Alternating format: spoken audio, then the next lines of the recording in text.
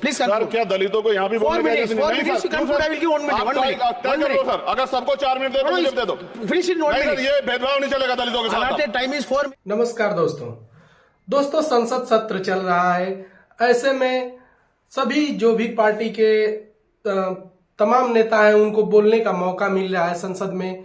ऐसे में ही नरेंद्र मोदी जी को एक बार बोलने के लिए जो भारत के प्रधानमंत्री हैं उनको बोलने का मौका मिला। उसमें उन्होंने आरोप लगाया कि जब देश संविधान के 25 वर्ष पूरे कर रहा था, उसी समय हमारे देश में संविधान को नोच लिया गया, इमरजेंसी आपातकाल लाया गया, और कांग्रेस के माथे पर जो पाप है ना, वो कभी भी धुलने वाला नहीं है। सकता है ये आरोप माननीय नरेंद्र मोदी जी का है, जो कि कांग्रेस पार्टी के ऊपर लगा रहे थे कल संसद भवन में।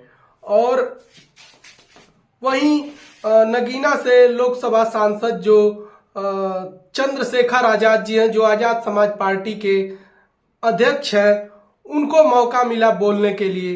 तो कहीं ना कहीं सभापति ने उनको टोका कि जल्दी से इसको खत्म कीजिए। तो उन्होंने कहा, चंद्रशेखर आजाद जी ने, क्या दलितों को भी यहाँ पर नहीं बोलने का मौका मिलेगा? अन्य जो भी पार्टी के नेता हैं उनको 4 मिनट मिल रहा है, तो यहाँ भी भेदभाव चलेगा? मैं भी, उन्होंने चंद्रशेखर आजाद जी ने जवाब दिया सभापति को कि मैं भी अपनी पार्टी का एक मेंबर हूँ, वहां से नगीना लोकसभा से जीत के आया हूँ, किसी के दया पर नहीं आया हूँ। संविधान लागू होने के साथ खुद को एक संप्रभु लोकतांत्रिक और गणतांत्रिक राज्य होने का ऐलान किया। लेकिन सर, उस समय संविधान की स्थिति ये थी कि जैसे गांव का कोई आदमी, मैं 50 की बात कर रहा हूं, वो 50 साल पहले शहर में आ जाता और बड़े लोगों की महफिल में चला जाता, उस जहां वो खाना खा रहे हो, और वो टेबल पे नैपकिन को खा के जो है ये कहता कि ये तो फीका, क्योंकि वो जानता ही नहीं था, वो समझता नहीं था संविधान को, संविधान है क्या। संविधान उसके लिए महज दस्तावेज था। ये जिम्मेदारी थी राजनीतिक दलों पे कि वो संविधान को व्यवहार में लेके आते। और इसके इतने सारे आर्टिकल हैं, अगर इनको व्यवहार में लाया जाता तो मुझे लगता कि आज देश बहुत बदल गया होता। बाबा साहब ने कहा था कि लोकतंत्र भारतीय भूमि का केवल ऊपरी पोशाक है, उनके अनुसार यहाँ की संस्कृति अनिवार्य तौर पर लोकतांत्रिक है। भारत जैसे गरीब और गैर बराबरी वाले देश में संविधान के जरिए छुआछूत खत्म करना, वंचितों के लिए सकारात्मक उपाय करना, सभी वयस्कों के लिए मतदान का अधिकार देना और सबके लिए सम्मान अधिकार तय करना, ये बहुत बड़ी उपलब्धि थी। सर, ये संविधान है कि आप वहां बैठे हैं और मैं यहाँ खड़ा होकर अपनी बात रख रहा हूं, और इस देश में आदिवासी महिला के तौर पर जो है राष्ट्रपति बनी है, और प्राइम मिनिस्टर तो नहीं बना, लेकिन शेड्यूल कास्ट के बड़े नेताओं को भी जो है राष्ट्रपति बनने का मौका मिला। इस संविधान की देन, अगर वोट हम पे नहीं होता तो शायद अमीर और जो राजा महाराजा खुद को मानते हैं हमारी गलियों तक नहीं आ पाते, हमारे हाल नहीं जान पाते।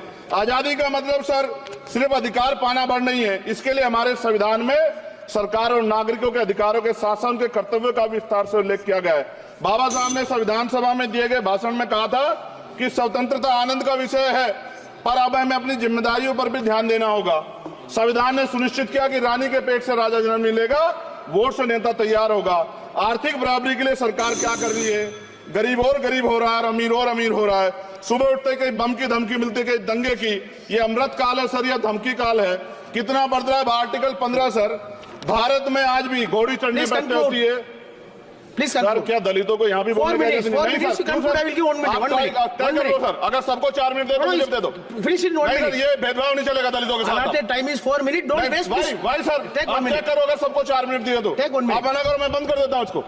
क्या दलितों को सबसे आखिरी में नंबर मिलेगा और बोलने का मौका मिलेगा? क्या मजाक कर रहे हैं सर आप? नो, ये all independent people are having only 4 minutes. You take. Sir, independent में अपनी पार्टी का मेंबर हूँ सर, और जीत के आया हूँ सर, किसी की दया में नहीं आया।